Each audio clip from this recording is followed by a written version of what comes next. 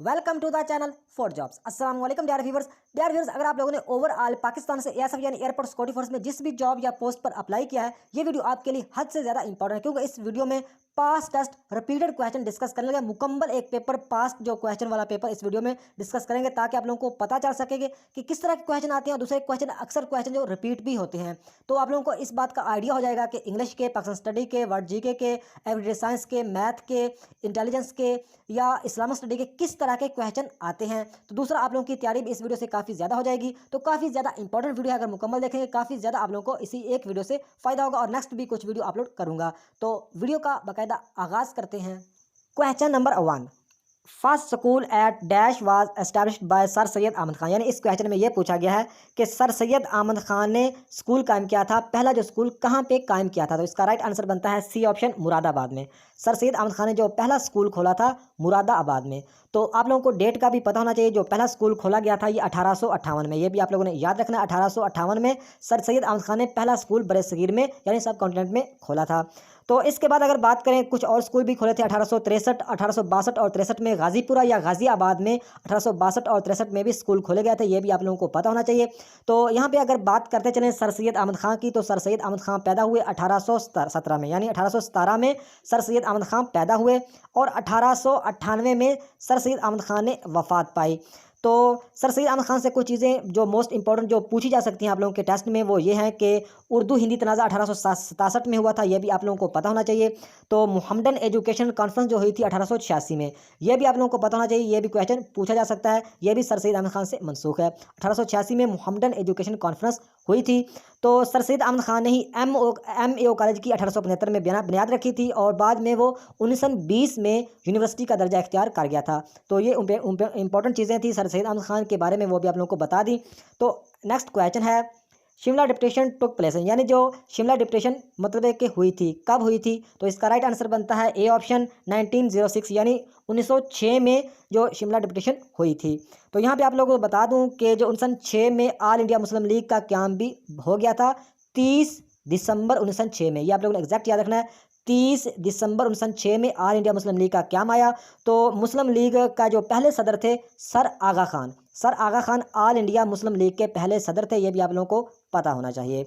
तो यहाँ पे आप लोगों को बता दूं कि कुछ और भी इंपॉर्टेंट क्वेश्चन है, जहाँ के जो बंगाल की मतलब है कि जो बंगाल सेपरेट हुआ था, अलहदा हुआ था 1905 में, और 1911 में फिर अलहदा हो गया, मतलब है कि फिर जोड़ दिया गया था, इकट्ठा कर दिया था। 1905 में अलहदा हुआ, 1911 में दोबारा फिर जोड़ दिया गया। और जो कायदे-ए-आज़म मोहम्मद अली जिन्ना ने 10 अक्टूबर 1913 को ऑल इंडिया मुस्लिम लीग को ज्वाइन किया, और 1934 में ऑल इंडिया मुस्लिम लीग के परमानेंट सदर भी बने, ये भी आप लोगों को पता होना चाहिए। तो नेक्स्ट क्वेश्चन है, what is the old name of अटक। तो इस क्वेश्चन में हमें यह बताना है कि जो अटक का ओल्ड यानी पुराना नाम क्या था। तो इसका राइट आंसर बनता है ए ऑप्शन, कैमलपुर। कैमलपुर मतलब है कि अटक का पुराना नाम था। तो इसके अलावा आप लोगों को इस बात का भी पता होना चाहिए, जो सिंध का पुराना नाम था वो दीबल था, और लाहौर का जो पुराना नाम था वो महमूदपुरा या महमूदाबाद, इस तरह मतलब है कि महमूद से ही वो जुड़ता है, वो लाहौर का भी पुराना नाम था, ये भी पूछा जा सकता है। तो नेक्स्ट क्वेश्चन है, dash was the founder and first empire of the great Mughal dynasty in India. यानी इस क्वेश्चन में यह पूछा गया कि हिंदुस्तान में अजीम जो मुगलिया खानदान की जो बानी थे और पहले जो शहनशाह यानी जो पहले बादशाह थे, एम्पायर थे, वो कौन थे। तो इसका राइट आंसर बनता है ए ऑप्शन, बाबर। ज़हीरुद्दीन बाबर मुगलिया सल्तनत के पहले मतलब है कि समझ लो कि एम्पायर थे, पहले मतलब है कि उन्होंने ही बुनियाद रखी थी मुगलिया सल्तनत की। ज़हीरुद्दीन बाबर में कब रखी गई थी, ये भी आप लोगों को पता होना चाहिए, 1526 में। 1526 में ज़हीरुद्दीन बाबर ने बरसगीर में मुगलिया सल्तनत की बुनियाद रखी थी। तो ये तो आप लोगों को पता चल गया, लेकिन इस बात का भी आप लोगों को पता होना चाहिए कि जो मुगलिया सल्तनत ने तकरीबन 316 साल तकरीबन हुकूमत की, और मुगलिया सल्तनत के जो आखिरी बादशाह थे वो थे बहादुर शाह ज़फ़र। बहादुर शाह ज़फ़र मुगलिया सल्तनत के आखिरी बादशाह थे, ये भी आप लोगों को पता होना चाहिए। 1857 तक उन्होंने हुकूमत की थी, उसके बाद फिर उन्होंने मतलब है कि देश से मतलब अंग्रेज़ों ने उन्हें निकाल दिया था बाहर, मतलब है कि वो रंगून मतलब है कि इलाके में, बर्मा का शहर है रंगून, वहाँ पे वो दफन है। 1862 में बहादुर शाह ज़फ़र यानी मुगल सल्तनत के आखिरी जो चश्मो चराग थे, उनकी मतलब है कि मतलब मौत हुई, मतलब है कि फौत हुए कब, 1862 में। तो यहाँ पे आप लोगों को बताता चलूँ कि जो ज़हीरुद्दीन बाबर 1526 में मतलब है कि हुक्मरान बने और 1530 तक वो हुक्मरान रहे। जी यहाँ पे एक क्वेश्चन और भी मतलब है कि काफ़ी इंपॉर्टेंट है जो पानीपत के हवाले से, यानी पानीपत में 3 मतलब है कि बैटल हुई हैं, जंगें हुई हैं, वो भी आप लोगों को पता होना चाहिए। पहली जो बैटल हुई थी पानीपत में वो यही ज़हीरुद्दीन बाबर और इब्राहिम लोदी के दरमियान हुई थी 1526 में, ये भी आप लोगों को पता होना चाहिए। पहली ये पानीपत की जंग थी, लड़ाई थी। और अगर बात करें पानीपत में टोटल 3 लड़ाई हुई, जो दूसरी लड़ाई हुई थी पानीपत के मैदान में वो हुई थी 1556 में। 1556 में हुमायूं एंड और भी साथ मतलब कि जो मुखालफ टीम थी, मतलब कि जो मुखालफ थे उन्हें मुझे याद नहीं आ रहा, लेकिन जो आप लोगों ने ये याद रखना है कि पानीपत की जो दूसरी लड़ाई हुई थी 1526 में, मतलब कि अकबर और हिमू मेरे ख्याल में वो दूसरे थे, उनके दरमियान ये हुई थी 1526 में, 56 में, सॉरी 1556 में पानीपत की दूसरी लड़ाई कब हुई? 1556 में। और पानीपत की जो तीसरी लड़ाई वो 1761 में, 1761 में पानीपत की तीसरी लड़ाई हुई। और ये किन के दरमियान? अहमद शाह अब्दाली या अहमद शाह दुरानी और मराठों के दरमियान हुई थी। लेकिन आप लोगों ने एग्जैक्ट डेट को याद रखना है, 1761 में पानीपत की तीसरी लड़ाई हुई, यानी पानीपत में टोटल 3 लड़ाई हुई है, आप लोगों को पता होना चाहिए। तो नेक्स्ट क्वेश्चन की बात करें, वेयर इज़ कैलाश वैली, यानी कैलाश वैली मतलब कि कैलाश जो वादी है वो कहाँ पे वाक़ है? तो इसका राइट आंसर बनता है KPK, यानी खैबर पख्तूनख्वा में कैलाश वादी वाक़ है। तो नेक्स्ट क्वेश्चन है, Gomal Zam dam is in which province, यानी जो गुमाल जाम डैम है ये किस सूबे में है? तो इसका राइट आंसर बनता है KPK में। जो गुमाल जाम डैम है ये KPK में वाक़ है। तो अगर डैम की यहाँ पे बात हुई तो आप लोगों को पता होना चाहिए कि जो पाकिस्तान का सबसे बड़ा डैम है वो है तरबेला डैम, जो कि KPK में वाक़ है, दरिया सिंध में, दरिया सिंध पर बनाया गया है और KPK के इलाके में वाक़ है तरबेला डैम, जो कि पाकिस्तान का सबसे बड़ा डैम है। तो पाकिस्तान को जो दूसरे नंबर पर सबसे बड़ा डैम है वो है मंगला डैम, जो कि दरिया जहलम पे बनाया गया और पंजाब में वाक़ है। पाकिस्तान का दूसरा बड़ा डैम है मंगला डैम, और जो वारसक डैम है वो पाकिस्तान का सबसे छोटा डैम है। तो नेक्स्ट क्वेश्चन है, Guddu thermal power plant is located in which district of Sindh, यानी जो Guddu thermal power plant Sindh के किस ज़िला में वाक़ है? तो इसका राइट आंसर बनता है कश्मीर। कश्मीर के इलाके में गुड्डू थर्मल पावर प्लांट बनाया मतलब लगाया गया है, बनाया गया है। सिंध का वो ज़िला है कश्मीर, ये आप लोगों ने एग्जैक्ट याद रखना होगा। नेक्स्ट क्वेश्चन है, Pakistan become a full member of the Shanghai cooperation organisation, यानी SCO का पाकिस्तान मतलब है कि कब मतलब है रुकन बना था, मेंबर बना था? तो इसका राइट आंसर बनता है D ऑप्शन, 9 जून 2017, यानी 9 जून 2017 को पाकिस्तान ने SCO यानी पाकिस्तान मतलब SCO का फुल फॉर्म है शंघाई कोऑपरेशन ऑर्गेनाइजेशन का मतलब है कि मेंबर बना था। ये आप लोगों ने एग्जैक्ट याद रखना होगा। तो यहाँ पे आप लोगों को कुछ और चीज़ें भी बता दूँ, यहाँ पे अगर SCO मतलब है कि ये चाइना की मतलब है कि एक तंजीम है, तो ये आप लोगों को पता होना चाहिए। इसके अलावा यहाँ पे OIC के बारे में आप लोगों को बता दूं कि OIC ये भी पूछी जा सकती है। OIC की फुल फॉर्म है ऑर्गेनाइजेशन इस्लामिक कोऑपरेशन या कॉन्फ्रेंस। O से मतलब है कि ऑर्गेनाइजेशन, I से इस्लामिक और C से कोऑपरेशन या कॉन्फ्रेंस। तो ये कब बनी थी? ये 1969 यानी 1969 में मतलब बनी थी। और ये 22 सितंबर 1969 में बनी थी तिब्बत में, मतलब तिब्बत में सॉरी रबात में बनी थी 1969 में, मतलब एक रबात में बनी थी। और इसका जो हेड क्वार्टर है वो जद्दा सऊदी अरेबिया में वाक़ है OIC का। तो नेक्स्ट क्वेश्चन की बात करें, area wise second largest province of Pakistan, तो रकबे के लिहाज से पाकिस्तान का दूसरा बड़ा सूबा कौन सा है? तो इसका राइट आंसर है पंजाब। तो रकबे के लिहाज से जो सबसे बड़ा सूबा पहले नंबर पर है वो है बलूचिस्तान, दूसरे नंबर पर है पंजाब। तो आप लोगों को पता होना चाहिए। तो नेक्स्ट क्वेश्चन की बात करें, OPEC OPEC is an organisation, यानी जो ओपेक एक तंजीम है, तो ये किस लिए है, मतलब ये क्या काम करती है? इस क्वेश्चन में ये पूछा गया, तो इसका राइट आंसर बनता है नॉन। तो यहाँ पे आप लोगों को बता दूं जो ओपेक यानी OPEC है, इसका काम है पेट्रोलियम वगैरह का, मतलब है कि ये इसका मतलब है कि ये बनाई गई है। तो ना तो इसका पीस का काम है, ना साइंटिफिक रिसर्च का है, और ना एविएशन इंडस्ट्री का, ये सारे गलत हैं। ये पेट्रोलियम के हवाले से है। तो ओपेक के बारे में थोड़ा सा आप लोगों को डिटेल से बता दूँ, तो जो हेड क्वार्टर है ओपेक का वो कहाँ पर है? वीना में वाक़ है। OPEC का जो हेड क्वार्टर है वो वीना में वाक़ है। OPEC की फुल फॉर्म है organisation of petroleum exporting countries. OIC की फुल फॉर्म है organisation of petroleum exporting countries. तो ये कब बनी? ये 14 सितंबर 1960 यानी 14 सितंबर 1960 को बगदाद में बनी थी। और इसमें तकरीबन 15 मेंबर्स कंट्रीज़ हैं। तो यहाँ पे आप लोगों को दो चीज़ें आप लोगों ने याद रखनी है, एक तो इसका जो हेड क्वार्टर है वो वीना में है, और दूसरा इसमें इसका काम क्या है? पेट्रोलियम वगैरह का। और OPEC की फुल फॉर्म क्या है? Organisation of petroleum exporting countries. तो ये 1960 में बनी, सिर्फ 1960 ही आप लोगों ने याद रखना है, जो कि बगदाद में बनी थी। तो नेक्स्ट क्वेश्चन की बात करें, द कैपिटल ऑफ थाईलैंड। तो इस क्वेश्चन में हमें यह बताना है कि थाईलैंड का दारुल-हुकूमत कौन सा है। तो इसका राइट आंसर है बैंकॉक। बैंकॉक थाईलैंड का कैपिटल है। तो यहाँ पे आप लोगों को बता दूं कि कुछ और कैपिटल भी आप लोगों को बता देता हूँ, जैसा कि ईरान का जो कैपिटल है तेहरान।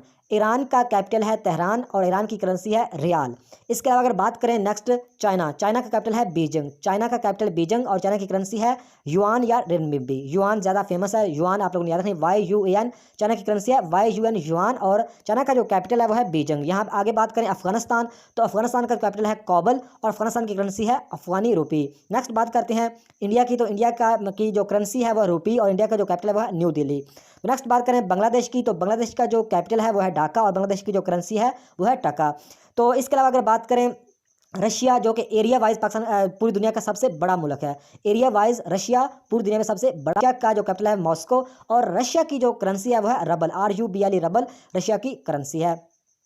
तो ये आगे बात करें USA यानी अमेरिका की, तो अमेरिका का जो कैपिटल है वो है वाशिंगटन DC और अमेरिका की जो करेंसी है वो है डॉलर। नेक्स्ट बात करें कनाडा, तो कनाडा का जो कैपिटल है ओटावा और कनाडा की जो करेंसी है कैनेडियन डॉलर। तो अगर बात करें ऑस्ट्रेलिया की, तो ऑस्ट्रेलिया का जो कैपिटल है वो है कैनबरा और ऑस्ट्रेलिया की जो करेंसी है वो मेरे ख्याल में यूरो है, लेकिन पक्का मुझे नहीं पता, डॉलर भी हो सकती है, ऑस्ट्रेलियन डॉलर मेरे ख्याल में ऑस्ट्रेलिया की करेंसी है। तो यहाँ पे ऑस्ट्रेलिया की ज़बान पूछी जाती है, फेमस क्वेश्चन है, तो उसकी डच, DUTCH डच मतलब है कि ऑस्ट्रेलिया की लैंग्वेज है। ये भी आप लोगों ने याद रखना होगा। इसके अलावा और भी कुछ कंट्रीज़ हैं और नेक्स्ट वीडियोज़ में इंशाल्लाह आप लोगों को याद करवा दूंगा। ये जो फेमस कंट्रीज़ है आप लोगों को बता दें ताकि ये आप लोगों को याद हो सकें। तो नेक्स्ट क्वेश्चन की बात करें, how many official working language are recognised by UNO। तो इस क्वेश्चन में ये पूछा गया कि UNO का मतलब होता है अक़वाम मुत्तहिदा। तो अक़वाम मुत्तहिदा की तरफ से कितनी सरकारी ज़बानों को तस्लीम किया, यानी UNO में कितनी मतलब है कि सरकारी ज़बानें का दर्जा हासिल है। तो इसका राइट आंसर है सी ऑप्शन 6, 6 ज़बानें UNO में बोली जाती हैं। तो UNO के बारे में आप लोगों को पता होना चाहिए। UNO की फुल फॉर्म है यूनाइटेड नेशन ऑर्गेनाइजेशन। ये कब बनी थी? 24 अक्टूबर 1945 को। तो इसका जो हेड क्वार्टर है वो न्यूयॉर्क अमेरिका में UNO का हेड क्वार्टर है। तो इसकी जो ज़बानें हैं 6 वो भी आप लोगों को बता देता हूँ। अरेबिक है 1 नंबर पे, फिर चाइनीज़, इंग्लिश, फ्रेंच, रशियन और स्पेंच। ये भी पूछी जा सकती हैं मुख्तलिफ तरीके से, क्वेश्चन मतलब पूछे जाते हैं। तो ये आप लोग याद रखें, Arabic, Chinese, English, French, Russia, Spanish, ये क्या है? ये UNO की मतलब ज़बानें बोली जाती हैं। नेक्स्ट क्वेश्चन की बात करें, हाउ मैनी मदनी सूरा आर देयर, यानी मदनी सूरतें कितनी हैं? तो इसका राइट आंसर बनता है 28 यानी 28। मदनी सूरत कितनी है? 28 हैं। और जो मक्की सूरतें हैं वो हैं 86। मेरे ख्याल में मेरे 86 हैं, लेकिन अगर इसमें मैं गलत हूँ तो आप मुझे कमेंट में बताइएगा, क्योंकि मेरी ज़बान से अब मतलब ज़हन से निकल गई हैं। लेकिन 86 मेरे ख्याल में मक्की हैं और मदनी है 28 है। तो कुरान पाक में मतलब है कि सूरतें तो आप लोगों को पता होगा 114 सूरतें हैं और इसमें आखिरी पारे में 37 सूरतें हैं। यह भी आप लोगों को पता होना चाहिए। आखिरी पारे में 37 सूरतें हैं और सबसे बड़ी जो सूरत है सूरत अल-बकरा सूरत है, जो कि 3 पारों में पर मुश्तमिल है। उसमें तकरीबन 286 उसमें आयात हैं सूरत अल-बकरा में।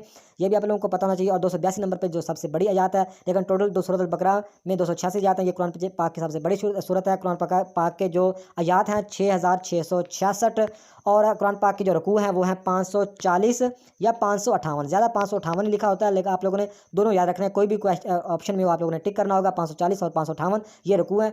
तो कुरान पाक की 7 मंजिलें हैं। तो ये कॉमन क्वेश्चन है।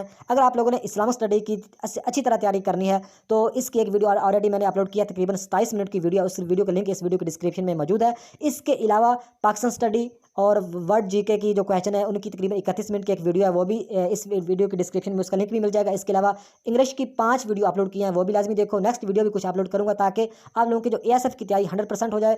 पास पेपर क्वेश्चन भी रिपीट होते हैं, लेकिन साथ एडिशन भी मतलब आप लोगों को तो इजाफी क्वेश्चन भी साथ करवाता हूँ ताकि उनमें से कोई आए तो आप इजीली हल कर सको। तो नेक्स्ट क्वेश्चन है, which is capital city of China. तो चाइना की कैपिटल सिटी आप लोगों को पहले ही बता चुका हूँ, बीजिंग। और चाइना की करेंसी पूछी जा सकती है। चाइना की करेंसी है YUAN युआन। रिनमिबी भी है, लेकिन ज़्यादा फेमस युआन है, YUAN युआन। तो ये आप लोगों ने याद रखनी होगी। तो नेक्स्ट क्वेश्चन है, Everest is the world highest mountain, what is the name of the second highest. इस क्वेश्चन में ये पूछा गया कि जो माउंट एवरेस्ट है ये वर्ल्ड की हाईएस्ट माउंटेन है, लेकिन what is the name of the second. तो पूरी दुनिया की जो सेकंड यानी दूसरे नंबर पे जो हाईएस्ट पीक है वो हाईएस्ट जो माउंटेन है वो कौन सा है। तो इसका राइट आंसर बनता है K2 पूरी दुनिया में दूसरे नंबर पर सबसे ऊंचा पहाड़ है, ऊंची चोटी है। ये आप लोगों को पता होना चाहिए। तो यहाँ पे आप लोगों को बता दूँ कि जो माउंट एवरेस्ट है ये दुनिया की सबसे बड़ी चोटी, आप लोगों को शायद पहले भी पता होगा। इसकी लंबाई है 8850 88 49 भी कहीं जगह पे लिखा हुआ है, 48 भी लिखा हुआ है, लेकिन 88-50 मीटर ये सबसे फेमस लाजमी मतलब है कि इसे याद रखें। 48 हो, 49 या 50 हो तो ये आप लोगों को अंदाज़ा हो जाएगा, लेकिन 88-50 ये आप लोगों ने एग्जैक्ट याद रखना होगा। ये माउंट एवरेस्ट की ऊंचाई है और दुनिया की सबसे बड़ी चोटी है। ये कहाँ पे है? नेपाल तिब्बत में ये वाक़या है, ये भी आप लोगों को पता होना चाहिए। तो पाकिस्तान की जो सबसे बड़ी चोटी है वो है K2। K2 की लंबाई है 8611 मीटर, 8611 मीटर। और K2 कहाँ पे वाक़या है? कराकरम रेंज में वाक़या है। K2 कराकरम रेंज में वाक़या है और K2 का दूसरा नाम है गॉडवन आस्टन, ये भी आप लोगों को पता होना चाहिए। तो अगर बात करें पाकिस्तान की दूसरी बड़ी चोटी तो वो है नांगा पर्वत, और नांगा पर्वत की लंबाई है 8126 नांगा पर्वत की 8126 मीटर एक नांगा पर्वत की लंबाई है। और नांगा पर्वत का दूसरा नाम है किलर माउंटेन, और पाकिस्तान की ये दूसरी बड़ी चोटी है और ये हिमालय रेंज में वाक़या है। तो यहाँ पे लिखा हुआ है तरचमीर, तो तरचमीर के बारे में बता दूं, तरचमीर की जो लंबाई है वो है 7707 या 7696, ये इस तरह भी लिखी हुई है काफ़ी मतलब एक जगहों पे, लेकिन 7707 के लगभग ही है तरचमीर की लंबाई। और ये किस रेंज में वाक़या है? हिंदुकुश रेंज में वाक़या है, यह भी आप लोगों को पता होना चाहिए। तो नेक्स्ट क्वेश्चन की बात करें, how was the third governor general of Pakistan. तो इस क्वेश्चन में ये पूछा गया पाकिस्तान का जो तीसरा गवर्नर जनरल है वो कौन थे। इनका राइट आंसर बनता है सी ऑप्शन, गुलाम मोहम्मद। पाकिस्तान के तीसरे गवर्नर थे चौधरी गुलाम मोहम्मद। तो पाकिस्तान के पहले गवर्नर कायद आज़म, पाकिस्तान के दूसरे गवर्नर ख्वाजा नाज़िमुद्दीन, पाकिस्तान के तीसरे गवर्नर गुलाम मोहम्मद और पाकिस्तान के चौथे गवर्नर सिकंदर मिर्ज़ा। और सिकंदर मिर्ज़ा पाकिस्तान के पहले सदर और आखिरी गवर्नर है, ये भी आप लोगों को पता होना चाहिए। तो यहाँ पे आप लोगों को बता दूँ पाकिस्तान के पहले जो वज़ीर आज़म यानी थे लियाकत अली खां, पाकिस्तान के पहले वज़ीर आज़म लियाकत अली खां, और लियाकत अली खां ने 1923 में ऑल इंडिया मुस्लिम लीग को ज्वाइन किया था। ये भी काफ़ी फेमस क्वेश्चन है, ये भी आप लोगों को याद है। लियाकत अली खां पाकिस्तान के जो पहले वज़ीर आज़म थे, उन्होंने 1923 में ऑल इंडिया मुस्लिम लीग को ज्वाइन किया था। तो पाकिस्तान के दूसरे वज़ीर आज़म थे ख्वाजा नाज़िमुद्दीन, यानी ख्वाजा नाज़िमुद्दीन दूसरे गवर्नर भी थे और दूसरे वज़ीर आज़म भी थे पाकिस्तान के, ये भी आप लोगों को पता होना चाहिए। तो नेक्स्ट क्वेश्चन है, इन पैरियोडिक टेबल सिंबल फॉर गोल्ड, यानी इस क्वेश्चन में ये पूछा गया है कि जो गोल्ड का सिंबल क्या है। तो गोल्ड का सिंबल है AU। तो यहाँ पे आगे थोड़ी सी डिटेल बताता हूँ। Gold has symbol AU and the atomic number है 79, यानी 89 79। जो मतलब है कि गोल्ड का जो सिंबल है AU और इसका जो एटॉमिक नंबर है वो कितना है 79, ये भी आप लोगों ने एग्जैक्ट याद रखना होगा। नेक्स्ट क्वेश्चन है, what was the occupation of हज़रत दाऊद अलैहिस्सलाम, यानी इस क्वेश्चन में ये पूछा गया है कि हज़रत दाऊद अलैहिस्सलाम का पेशा क्या था। तो हज़रत दाऊद अलैहिस्सलाम का जो पेशा था, इसका राइट आंसर है A option, he made and sold armour. ये मतलब है कि ये आर्मर को बनाते भी थे और सोल्ड यानी बेचते भी थे। तो आर्मर का मतलब ये होता है, ये डिफेंस मतलब है कि जो आप लोगों ने पहले शायद मूवीज़ देखी होंगी, पहले ज़माने में जो लड़ाई होती थी तो वो मतलब ऊपर जो अपनी हिफाजत के लिए जो ऊपर जैकेट वगैरह जो लिबास पहनते थे, चमड़े का भी बनता है, लोहे का भी, और भी काफ़ी चीज़ों का बनता है, तो वो उसको मेरे ख्याल में आर्मर कहते हैं। तो आर्मर का पेशा था हज़रत दाऊद अलैहिस्सलाम का। तो नेक्स्ट हज़रत दाऊद अलैहिस्सलाम के बारे में कुछ इंपॉर्टेंट क्वेश्चन है, वो भी आप लोगों के साथ याद करवा दूँ ताकि इनमें से कोई आए तो आप इजीली हल कर सको। तो हज़रत दाऊद अलैहिस्सलाम को नजीउल्लाह भी कहते हैं, यानी जो हज़रत दाऊद अलैहिस्सलाम का टाइटल है वो है नजीउल्लाह। हज़रत दाऊद अलैहिस्सलाम का जो टाइटल है नजीउल्लाह। तो हज़रत दाऊद अलैहिस्सलाम पर जो किताब नाज़िल हुई वो ज़बूर, हज़रत दाऊद अलैहिस्सलाम पर ज़बूर जो किताब है, जो बुक है, वो नाज़िल हुई, ये भी आप लोगों ने याद रखना है। हज़रत दाऊद अलैहिस्सलाम मतलब है कि कहाँ पे दफन है? बरीड इसराइल में मतलब एक दफन है। तो यहाँ पे अगर बात करें हज़रत दाऊद अलैहिस्सलाम मतलब एक को कहा जाता है खलीफा अल्लाह, यानी खलीफा, तो मतलब अल्लाह खलीफा कहा जाता है। नेक्स्ट मतलब हज़रत दाऊद अलैहिस्सलाम के बारे में मतलब है कि 6 टाइम मतलब 16 मरतबा मतलब है कि कुरान मजीद में मेंशन किया गया, नाम आया है हज़रत दाऊद अलैहिस्सलाम का। तो हज़रत दाऊद अलैहिस्सलाम पर जो किताब हुई थी ज़बूर, हज़रत मूसा अलैहिस्सलाम पर तौरात और हज़रत ईसा अलैहिस्सलाम पर अंजील और हज़रत मोहम्मद सल्लल्लाहु अलैहि वसल्लम पर कुरान मजीद, कुरान करीम। तो नेक्स्ट क्वेश्चन है, what was the age of holy prophet when his mother die, यानी हज़रत मोहम्मद सल्लम की कितनी एज थी जब उसकी वालदा का इंतकाल हुआ था। इसका राइट आंसर है 6, मतलब 6 साल एज थी।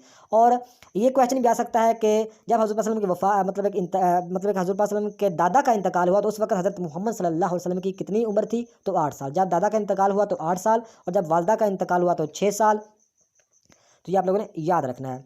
तो नेक्स्ट क्वेश्चन है, how is referred in Quran as Ruhul Amin. तो कुरान में रूहुल अमीन डैश को कहा गया है। तो इसका राइट आंसर है हज़रत जिब्राईल अलैहिस्सलाम को रूहुल अमीन भी कहा गया है। कुरान मजीद में हज़रत जिब्राईल अलैहिस्सलाम को रूहुल अमीन कहा गया है। तो नेक्स्ट क्वेश्चन है, the most abundant element in earth crust, यानी इस क्वेश्चन में ये बताना है कि ज़मीन की तह में सबसे ज़्यादा जो कौन सा आंसर पाया जाता है। तो इसका राइट आंसर है ऑक्सीजन। ऑक्सीजन मतलब है कि ज़मीन पर सबसे ज़्यादा पाया जाता है। अगर एटमॉस्फेयर यानी मतलब एक खला की बात करें तो वहाँ पे नाइट्रोजन सबसे ज़्यादा पाया जाता है, ये भी आप लोगों ने याद रखना होगा। नेक्स्ट क्वेश्चन है, during which year is the first world war was started, यानी इस क्वेश्चन में ये बताना है कि जो पहली जंग अजीम थी वो कब शुरू हुई थी। तो इसका राइट आंसर है 1914 में। 1914 में पहली जंग अजीम शुरू हुई थी और 1918 में ख़त्म हुई थी। 1918 में ख़त्म हुई थी। तो यहाँ पे आप लोगों को बता दूं कि जो दूसरी जंग अजीम थी वो 1939 में शुरू हुई थी। 1939 में शुरू हुई थी दूसरी जंग अजीम और 1945 में ख़त्म हुई थी। 1945 में ख़त्म हुई थी, ये भी आप लोगों को पता होना चाहिए। तो नेक्स्ट क्वेश्चन है, सार्क स्टैंड फॉर, तो सार्क का मतलब क्या है। तो सार्क की फुल फॉर्म पूछी गई तो इसका राइट आंसर बनता है, सार्क का फुल फॉर्म है south Asian association for regional cooperation. ये आप लोगों ने एग्जैक्ट याद रखना होगा, south Asian association for regional cooperation. और ये क्वेश्चन भी पूछा जा सकता है कि सार्क कब बनी। तो सार्क बनी थी 8 दिसंबर 1985 को। 8 दिसंबर, काफ़ी इंपॉर्टेंट क्वेश्चन आप लोगों ने याद रखना है। 8 दिसंबर 1985 को सार्क बनी थी। और सार्क पाकिस्तान भी सार्क में मतलब है कि पाकिस्तान ने सार्क को भी ज्वाइन किया हुआ है 1985 में। सार्क कब बनी थी? 8 दिसंबर 1985 को। तो इसका जो हेड क्वार्टर है वो अभी मुझे याद नहीं आ रहा, तो आप मुझे कमेंट में लाजिम बताइएगा। इसका हेड क्वार्टर भी पूछा जा सकता है। मेरे ख्याल में इसका हेडक्वार्टर नेपाल खठमंडू में है। नेपाल खठमंडू में ये इसका हेडक्वार्टर, लेकिन ये बनी ढाका में थी और इसका जो हेडक्वार्टर नेपाल खठमंडू में है। लेकिन आप मुझे कमेंट में बताइएगा, हो सकता है मैं रॉन्ग बता रहा हूँ आप लोगों को। नेक्स्ट क्वेश्चन है, the ASF was established in, यानी जो ASF का क्याम मतलब कब अमल में आया, यानी कब ASF बनी। तो इसका राइट आंसर बनता है बी ऑप्शन, राइट है 1976, यानी 1976 को ASF बनी, 1976 को। नेक्स्ट क्वेश्चन है, Jallianwala Bagh massacre took place in the year of, यानी जो जलालावाला बाग का कत्ल मतलब उनका जो साल है वो कौन सा है। तो इसका राइट आंसर बनता है 1990, यानी 1919 में मतलब कि ये वाक़या हुआ था जलालावाला बाग का। तो यहाँ पे आप लोगों को बता दूं कि 1919 में जो खिलाफत मतलब कि खिलाफत मोमेंट का आगाज़ भी 1919 में हुआ था और 1924 में ख़त्म हो गया था, ये भी आप लोगों को पता होना चाहिए। 1919 में खिलाफत मोमेंट का आगाज़ हुआ था और 1924 में ख़त्म हो गया था और 1919 में ही जलालावाला बाग का वाक़या हुआ था, ये भी आप लोगों को पता होना चाहिए। नेक्स्ट क्वेश्चन है, which is third fundamental pillar of Islam, तो इस्लाम का तीसरा बुनियादी सतून कौन सा है। इसका राइट आंसर है ज़कात। पहला कलमा, दूसरा नमाज, तीसरा ज़कात, चौथा फास्टिंग रोज़ा और पांचवा हज। तो नेक्स्ट क्वेश्चन है, द कैपिटल ऑफ कनाडा, तो कनाडा का कैपिटल आप लोगों को पहले बता चुका हूँ ओटावा, और कनाडा की जो करेंसी है वो कैनेडियन डॉलर। नेक्स्ट क्वेश्चन है, करेंसी ऑफ यूक्रेन, तो यूक्रेन की करेंसी है HRYNI, ये आप लोगों ने याद रखना है। हर्विनिया की जो भी बनता है HRYVNIA, तो ये यूक्रेन की करेंसी का नाम है। नेक्स्ट क्वेश्चन है, not permanent member of the security council of UNOR, यानी इकवाम मुत्तहिदा है कि इस्लामी काउंसिल के गैर मुस्तकिल रुकन कितने हैं, यानी नॉट परमानेंट मेंबर कितने हैं। तो इसका राइट आंसर बनता है 10। जो 10 है ये नॉन मतलब कि परमानेंट मेंबर हैं और 5 इसमें परमानेंट मेंबर हैं। तो 5 इसमें कौन कौन से परमानेंट मेंबर हैं ये भी आप लोगों को पता होना चाहिए। तो 5 परमानेंट मेंबर में USA यानी अमेरिका, UK यानी यूनाइटेड किंगडम 2, तीसरा चाइना भी है इसमें 3, और इसमें फ्रांस भी है और रशिया भी है। तो ये 5 मेंबर हैं। नेक्स्ट क्वेश्चन है, what is the chemical name of bleaching powder, तो ब्लीचिंग पाउडर का जो केमिकल नाम है तो इसका राइट आंसर बनता है A option, calcium hypochloride. Calcium hypochloride bleaching powder का केमिकल नाम है, ये एग्जैक्ट आप लोगों ने याद रखना होगा, कैल्शियम हाइपोक्लोराइड। तो नेक्स्ट क्वेश्चन है, which country defeated Pakistan in Asia cup on 28 अगस्त 2022, यानी 28 अगस्त 2022 में एशिया कप में पाकिस्तान को किसने हराया था। तो इसका राइट आंसर बनता है इंडिया।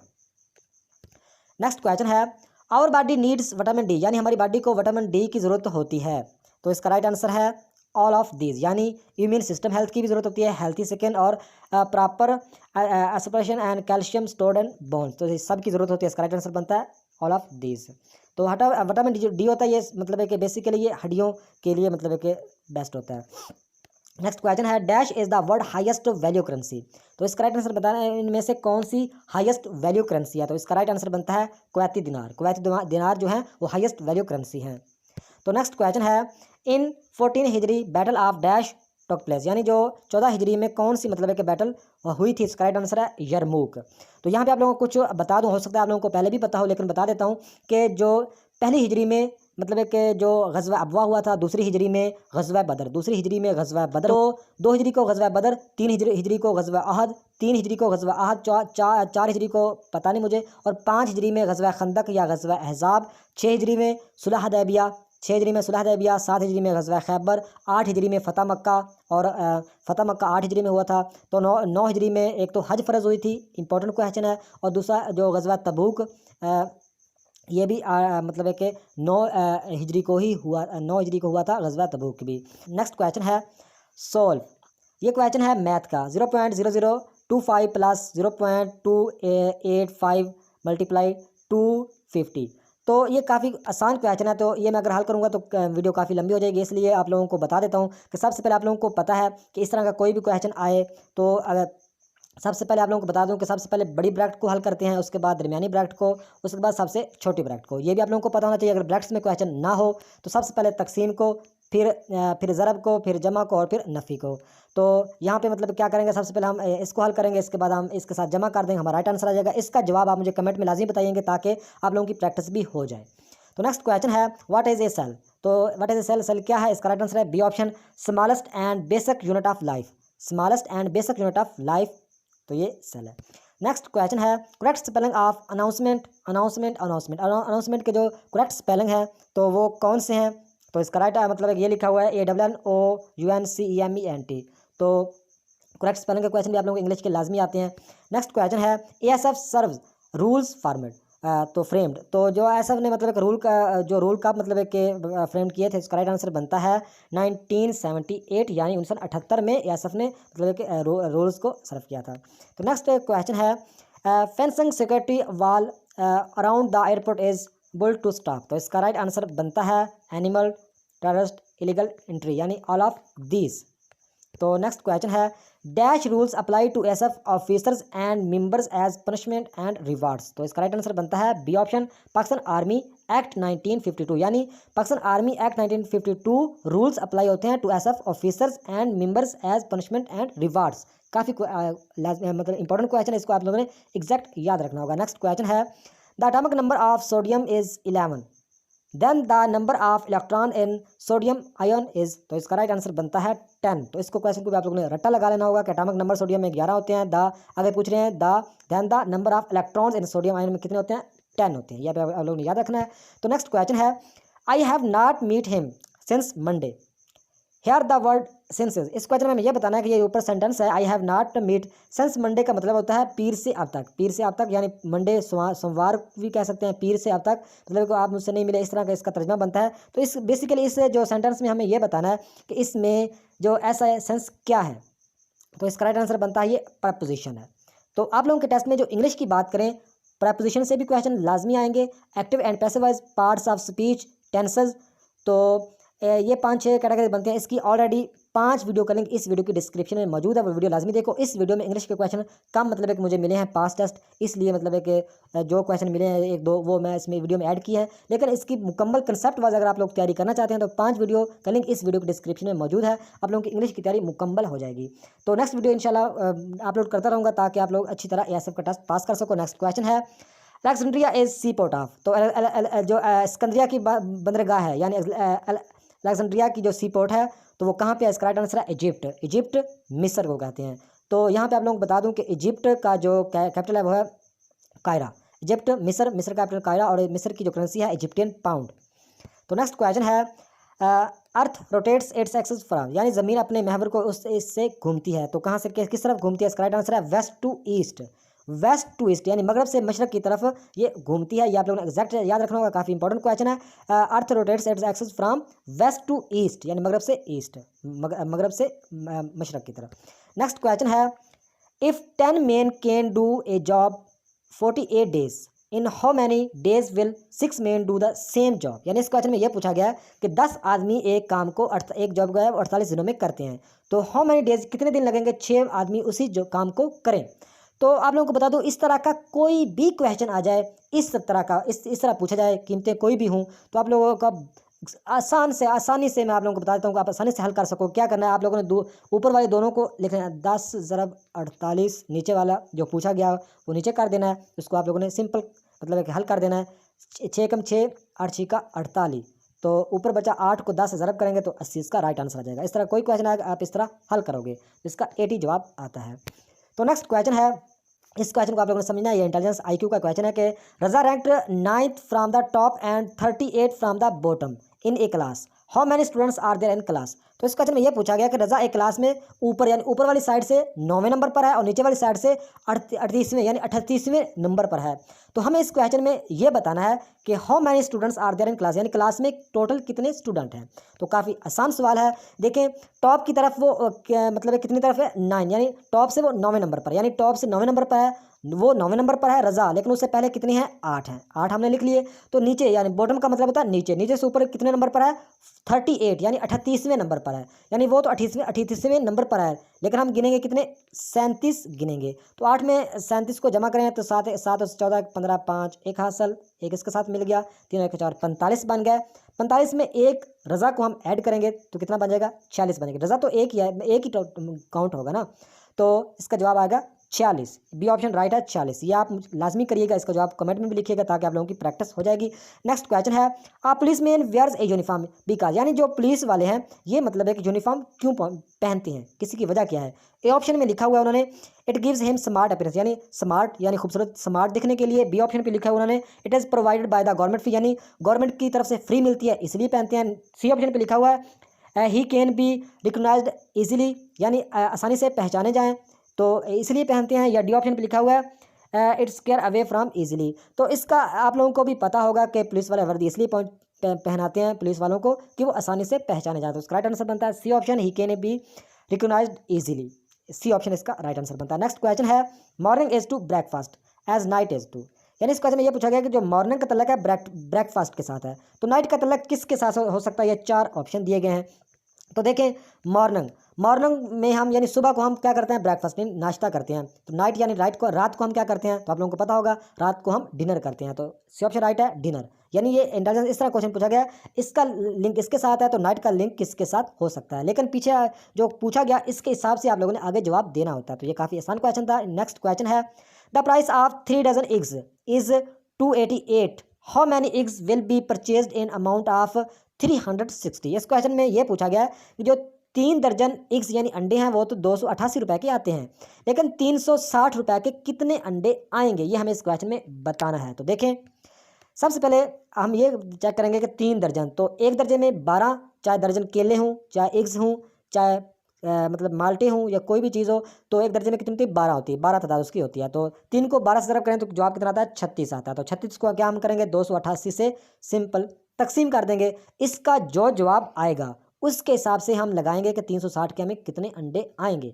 तो इसका क्वेश्चन भी एक क्वेश्चन भी आप खुद हल करेंगे, इसका जवाब लाजमी कमेंट में लिखिएगा ताकि आप लोगों की प्रैक्टिस हो जाए। आप लोगों को दोबारा बता देता हूँ कि 3 दर्जन में 36, तो 36 को हम तकसीम करेंगे 288 के साथ, इसका जो जवाब आएगा उसका लिंक होगा 360, यानी उसका जवाब जो आएगा उसको आप मतलब एक मल्टीप्लाई करेंगे ज़रब करेंगे जो भी करेंगे आप लोगों को पता चल जाएगा कि 360 में कितने अंडे आते हैं, 45 120 150 या नन, जितने भी आते हैं आप मुझे कमेंट में बताइएगा। नेक्स्ट क्वेश्चन है if the plane is going at 90 kilometre per hour speed then at 35 minute how much distance will it cover. तो इस क्वेश्चन में यह पूछा गया कि एक प्लेन है जो कि 90 किलोमीटर यानी 90 किलोमीटर का सफ़र करता है एक आवर में। एक आवर में कितना सफ़र करता है 90 किलोमीटर का। तो हमें इस क्वेश्चन में यह बताना है कि 35 मिनट में वो कितना फासला करेगा। तो सिंपल क्वेश्चन है, आप लोगों ने कुछ भी नहीं करना। आप लोगों ने एक आवर में कितने मिनट होते हैं 60 मिनट, ये तो आप लोगों को पता होगा। तो हम क्या करेंगे 60 को मतलब 90 को 60 के साथ तकसीम कर देंगे।